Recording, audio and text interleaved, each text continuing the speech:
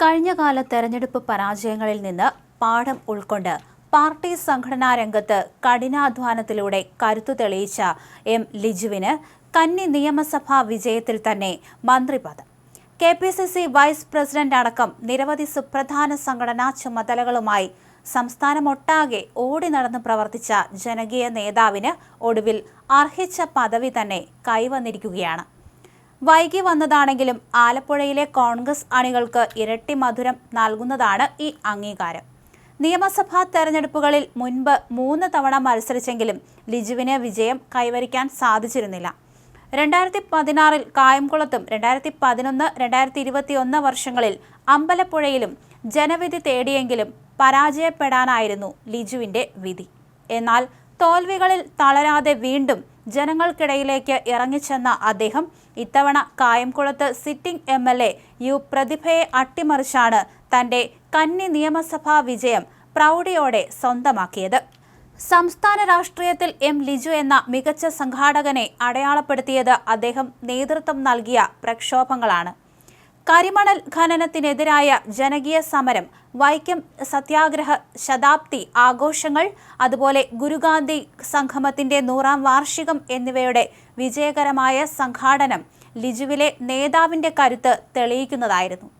വിശ്വാസ സംരക്ഷണത്തിനായി ആലപ്പുഴ മുതൽ പത്തനംതിട്ട വരെ അദ്ദേഹം നയിച്ച ജാഥ വലിയ ജനപിന്തുണയാണ് നേടിയത്. ഇതിനൊപ്പം തീരദേശ ജനതയോടുള്ള ഭരണകൂടത്തിന്റെ അവഗണനയ്ക്കെതിരെ ലിജു നയിച്ച കടലിരുമ്പം പ്രക്ഷോഭം ഇപ്പോഴും തീരദേശവാസികളുടെയും പൊതുജനങ്ങളുടെയും മനസ്സിൽ മായാതെ നിൽക്കുന്നുണ്ട്. ജനകീയ പ്രശ്നങ്ങളിൽ എപ്പോഴും മുൻപന്തിയിലുണ്ടാകും എന്നതിന്റെ തെളിവായിരുന്നു ഈ സമരങ്ങൾ. വളരെ സാധാരണ പശ്ചാത്തലത്തിൽ നിന്നും കഠിനാധ്വാനത്തിലൂടെയാണ് ലിജു തന്റെ ജീവിതവും രാഷ്ട്രീയവും പടുത്തുയർത്തിയത്. സ്വന്തം പഠന ചെലവുകൾക്കായി ട്യൂഷൻ എടുത്തും മറ്റ് ജോലികൾ ചെയ്തുമാണ് അദ്ദേഹം ചെറുപ്പത്തിൽ പണം കണ്ടെത്തിയത്. പ്രതികൂല സാഹചര്യങ്ങളോട് പടവെട്ടി ഫിസിക്സിൽ ബിരുദവും തുടർന്ന് നിയമത്തിൽ ബിരുദാനന്തര ബിരുദവും നേടിയ ലിജു അഭിഭാഷകനായി തന്റെ പ്രൊഫഷണൽ കരിയർ തുടങ്ങി.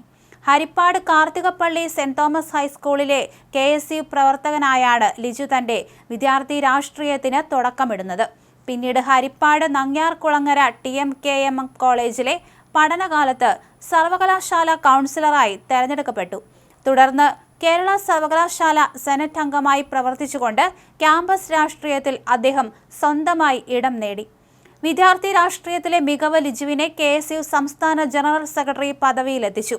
തുടർന്ന് യുവജന രാഷ്ട്രീയത്തിലേക്ക് ചുവടുവെച്ച അദ്ദേഹം യൂത്ത് കോൺഗ്രസ് സംസ്ഥാന വൈസ് പ്രസിഡന്റായും പിന്നീട് സംസ്ഥാന പ്രസിഡന്റായും തെരഞ്ഞെടുക്കപ്പെട്ടു.